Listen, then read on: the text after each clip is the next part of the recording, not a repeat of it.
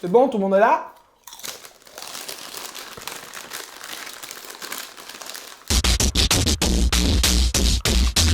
Approche-toi petit, écoute-moi gamin. Je vais te raconter l'histoire de l'être humain. Au début y avait rien, au début c'était bien. La nature avançait, y avait pas de chemin. Puis l'homme a débarqué avec ses gros souliers, des coups de pied dans la gueule pour se faire respecter. Des routes à sens unique qu'il s'est mis à tracer. Les flèches dans la plaine se sont multipliées, et tous les éléments se sont vus maîtrisés. En 2 temps 3 mouvements l'histoire était pliée. C'est pas demain la veille qu'on fera marche arrière. On a même commencé à polluer les déserts. Il faut que tu respires, et ça c'est rien de le dire. Tu vas pas mourir de rire, et c'est pas rien de le dire.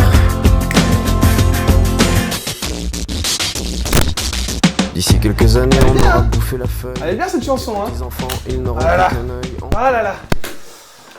Eh bien, salut à tous, hein. J'espère que vous allez bien, j'espère que vous avez apprécié autant que moi. Dis rien, c'était Mickey 3D, il faut que tu respires. C'est oui, monsieur. Oui, ah oui, là. Tout est dit tout simplement dans ces paroles et dans le titre de la vidéo aussi, mais bon ça, ce sera juste après. Eh bien tout le monde, j'espère que vous allez bien depuis tout ce temps. Avant de commencer, j'aimerais tout d'abord remercier tous ceux qui ont partagé ma vidéo précédente et bien entendu merci à tous ceux qui ont regardé la vidéo et qui ont ou pas critiqué l'épisode. Je vous en remercie. Ça m'aide à avancer et à m'améliorer, donc merci. D'ailleurs cette vidéo, vous pouvez aussi la commenter pour me dire ce que vous en pensez, une fois bien sûr à la fin de la vidéo, pas avant. Sinon bah ça sert à rien quoi. Alors ensemble, nous allons continuer à essayer de comprendre ce qu'il se passe en Belgique ou dans le monde. Ces derniers jours, il y a eu plein de grosses informations. Déjà, le plus gros truc, et personne n'a pu passer à côté, les frérots de la Vega se séparent. Encore un coup marketing de leur part pour faire parler d'eux. Non? Enfin, je sais pas. Non? Ensuite, il y a eu aussi le CETA qui a fait beaucoup parler, les 1 an de la tuerie de Paris, la COP22, et ça. This is CNN Breaking News. We want to welcome our viewers in the United States and around the world. This is a new day indeed. President-elect Donald J. Trump, a stunning comeback, wins in places and by margins that... Alors, les frérots de la Vega, pour résumer, l'un des 2 chanteurs n'aime pas trop d'être toujours sous les feux de la rampe et a décidé de simplement se retirer. Il vivait à ce qu'il paraît assez mal sa starification ou quoi, enfin bref, je sais pas trop ce qu'il en est. Bon, voilà. C'est pas ta faute. Déconne pas avec moi, d'accord? Déconne pas avec moi, pas toi. C'est pas ta faute.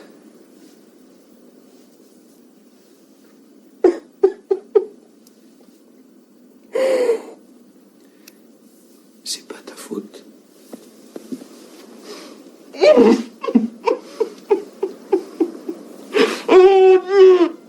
Le traité du CETA a finalement été signé par le Parlement wallon. Il voulait dire signer, pas saigner. Pour ceux qui ne comprenaient pas pourquoi on en faisait tout en foin et pourquoi la Wallonie disait non, je les invite à lire l'article publié ici en dessous par le journal L'Écho. Il a eu une brillante idée d'expliquer ce qu'était le CETA, de poser 8 questions relatives à ce traité et d'y répondre à chaque fois avec des arguments pour et des arguments contre. Franchement, n'hésitez pas à le lire, c'est super bien fait. Et il y a aussi la commémoration de la tuerie de Paris. Je pense ne pas devoir vous expliquer ce qu'il s'est passé ce jour-là. Du côté de nos amis français, les primaires, les Républicains ont donné en finale Copé contre Fillon avec un avantage pour Fillon. Sarkozy est dehors et ne sera pas le prochain président de la France. Pour la suite, j'espère que votre curiosité vous titillera et que vous irez voir ce qu'il s'y passe. Et enfin, le dernier sujet du jour que j'ai cité mais que je n'ai pas encore expliqué, il s'agit tout simplement de la COP22. Et comme vous le savez, qui dit sujet dit tout simplement, eh bien dossier. Comme ça. Hop. Ouais bon, elle tient pas, mais bon, vous avez compris. Elle est là, elle est belle. La COP22 a eu lieu il y a seulement quelques jours d'ici, au Maroc, à Marrakech, et c'est la 2e fois qu'elle accueille cette réunion. C'est un événement mondial qui a duré du 7 au 18 novembre 2016. Tout d'abord, qu'est-ce que la COP22? Eh bien, c'est celle après la COP21 et avant la COP23. Ouais, oh, c'est bon, ça va, un peu de blague, enfin, Ils ont pas appelé ça une blague. Elle était quand même marrante, hein. La COP22, en anglais, ça donne Conference of the Parties. Ou un truc du style, hein. C'est pas parce que je m'appelle Brian que directement je parlais anglais. Merde! Et comme son nom et son chiffre l'indiquent, la 22e conférence des parties, à savoir celle des Nations Unies. Les Nations Unies sont plus connues sous le nom de l'ONU, enfin ONU. Alors l'ONU est un organisme créé en 1945, juste après la Seconde Guerre mondiale, et qui a simplement pour objectif de promouvoir la paix par le dialogue. Dans l'ONU, tous les États, ou presque, sont représentés. Dites-vous que c'est une sorte de parlement mondial, un peu comme le parlement intergalactique ou autre dans Star Wars, là, vous voyez, entre les différentes planètes. Bah, dites-vous que c'est ça, mais pour la Terre, avec les différents États. Donc cette convention universelle qui offre un cadre global de négociation sur le climat reconnaît l'existence d'un changement climatique d'origine humaine et donne aux pays industrialisés le primate de la responsabilité pour lutter contre ce phénomène. Ce con a encore foiré. Il voulait dire primat. Et non primate, comme les singes. En 1992, il y a eu ce qu'on en appelle le sommet de la Terre au pays des strings, du football et tout ça, quoi.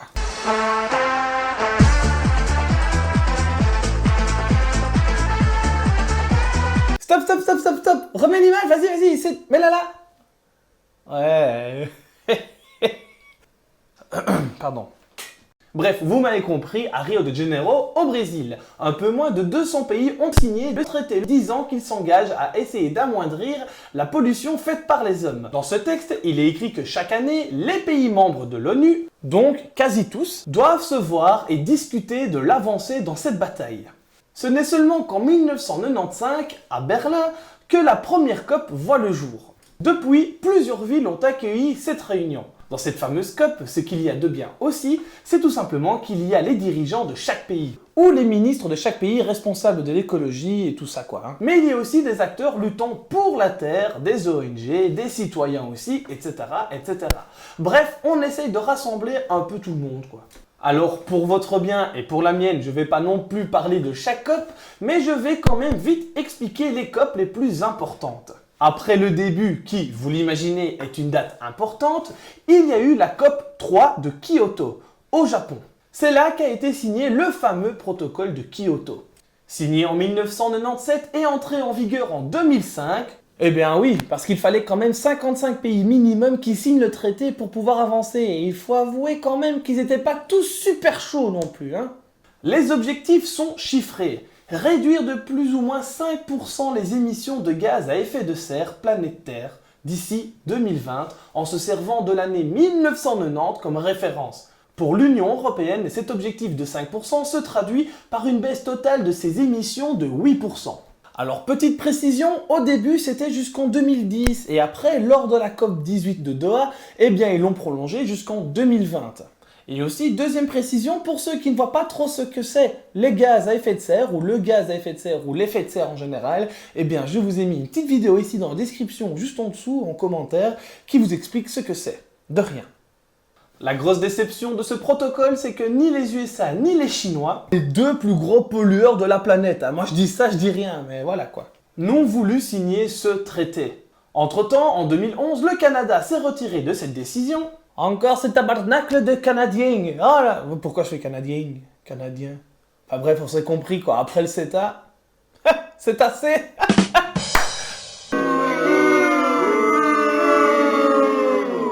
Pardon, je me suis laissé aller. Pardon. Et les Russes ont fait de même. Merci les gars, sympa. Pourtant, lors de la COP numéro 15 de Copenhague, au Danemark, tout le monde croyait que les Shintok et les Ricains allaient signer le traité. Ouh, la Terre, tiens! De rien! Cependant, lors de cette réunion à Copenhague, tous se sont dit d'accord pour limiter la hausse du réchauffement climatique à plus 2 degrés Celsius. Lors de la COP 21 à Paris, il y a eu le premier accord sur le climat à portée universelle, puisque le protocole de Kyoto de 1997 n'était destiné qu'aux pays industrialisés, considérés alors comme les principaux responsables du réchauffement de la température planétaire. Pour résumer et pour essayer d'un peu mieux comprendre, dites-vous que les différents États se sont dit d'accord pour que le changement de température soit bien en dessous des 2 degrés Celsius. Alors toujours d'après l'article du journal Le Monde, les rapports que reçoit l'ONU pour le réchauffement climatique montreraient que si on continue comme ça, eh bien on arriverait à 3 degrés et non pas à 2 degrés. C'est 1 degré, bon ok c'est peut-être peu, mais c'est quand même beaucoup. Une autre date importante est celle du 22 avril 2016, en plus d'être la nif d'un de mes frères, c'est la date où il y a eu le top départ pour la ratification du traité. En octobre dernier, 55 pays l'avaient signé et l'accord est entré en vigueur le 4 novembre dernier. Alors peut-être que là maintenant, derrière votre écran, vous vous demandez à quoi a servi la COP22 de Marrakech. Alors contrairement au protocole de Kyoto, l'accord de la COP21 de Paris ne précise pas d'objectifs chiffrés de réduction des émissions de gaz à effet de serre pour chaque pays. Il indique seulement que les signataires recherchent un plafonnement des émissions dans les meilleurs délais, puis leur réduction rapide. Chaque pays s'est fixé par ailleurs ses propres objectifs quantitatifs détaillés dans des contributions nationales volontaires qui ne sont pas intégrées à la partie contraignante de l'accord. Les signataires doivent désormais se doter de règles de transparence pour suivre la réalisation de leurs contributions nationales volontaires. En anglais, on appelle ça le INDC. INDC. Ça fait toujours classe de le placer dans une conversation comme ça qu'on le sait, INDC. Chaque vidéo, il y aura ça. Vous inquiétez pas, une petite info comme ça à placer dans une conversation, ça fera toujours plaisir. Par exemple, comment comptabiliser les émissions de gaz à effet de serre? C'est vrai ça, comment on fait? Quelles informations inclure dans ces contributions et avec quel niveau de détail? Ça non plus. Comment rendre compte des politiques publiques mises en œuvre? Une autre question. Il s'agit d'après elle de l'enjeu le plus important de Marrakech. Alors elle, c'est Laurence Toubiana ou Tubiana, l'ambassadrice française chargée des négociations sur le changement climatique. Mais bon, comme je vous l'ai dit, nous on est belges, elle est française, alors perso, on s'en bat les couilles. Elle espère que ces règles seront définies dès 2018. Autre gros morceau de la COP22, les modalités techniques de la solidarité Nord-Sud. Il y aurait 3 sujets importants. Numéro 1, l'adaptation au changement climatique. Numéro 2, les financements accordés aux pays en développement.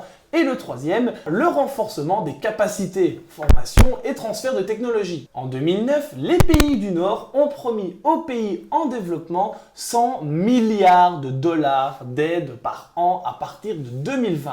L'accord de Paris précise que ce montant est un plancher et qu'un nouvel objectif chiffré devra être fixé d'ici 2025. Ce troisième sujet est important et est en rapport avec les modalités du fonctionnement du mécanisme de Varsovie. Mis en place en 2013, ce mécanisme de pertes et dommages vise à indemniser les populations victimes de catastrophes climatiques. Selon Fanny Petitbon de Care France, alors pour ceux qui ne le savent pas, Care est une ONG internationale fondée en 1945, comme l'ONU. Elle est l'un des plus grands réseaux d'aide humanitaire au monde. D'après son site internet, elle se dit être apolitique et non confessionnelle et que son objectif est de lutter contre l'extrême pauvreté et de défendre l'accès aux droits fondamentaux. Si vous voulez par exemple plus d'infos, eh bien de nouveau je vous invite à aller cliquer dans un des liens en dessous ici dans la vidéo. Donc je reprends, Fanny Petitbon. Salut, c'est encore moi. Il a dit Fanny et non pas Fanny. On va le descendre. De Care dit ceci. L'objectif est d'aider les peuples à rebondir après la submersion d'une île ou des migrations forcées. On a défini ce qu'était ce mécanisme. Maintenant, il faut se mettre d'accord sur son fonctionnement. En termes de financement, les ONG et en particulier Care appellent à ce que 50 milliards de dollars soient mobilisés d'ici 2020 pour répondre aux pertes et dommages. En ce qui concerne la Belgique, eh bien, comme l'écrit la RTBF sur son site, notre pays a subi son examen oral que l'on appelle l'exercice d'évaluation multilatérale. Cet exercice invite les pays développés à faire périodiquement un état des lieux de leurs efforts en matière de climat et de réduction de leurs émissions de gaz à effet de serre. Le responsable de la délégation belge, Peter Withoek, a exposé les progrès réalisés par la Belgique qui a vu ses émissions de gaz à effet de serre diminuer de 22% entre 1990 et 2014. Il a ensuite exposé les objectifs assignés dans le cadre européen à la Belgique pour 2020, à savoir une réduction de 15% par rapport à 2005 des émissions. À l'horizon 2030, l'objectif assigné à la Belgique serait une réduction des émissions de 35% selon une proposition de la Commission européenne. Notre pays a pu expliquer samedi à Marrakech avoir désormais un accord sur la répartition de l'effort climatique entre le fédéral et les entités fédérées pour la période 2013-2020. Le fédéral et les régions étaient parvenus à un accord politique le 4 décembre 2015 dernier en pleine COP21 de Paris pour se répartir les efforts de réduction des émissions de gaz à effet de serre, de production d'énergie renouvelable, d'engagement financier international et le partage des revenus de la mise aux enchères des quotas de dioxyde de carbone. Mais il restait à traduire cet accord en un texte juridiquement contraignant, ce qui est intervenu récemment. Si vous désirez lire l'article de la RTBF, il est juste ici en dessous.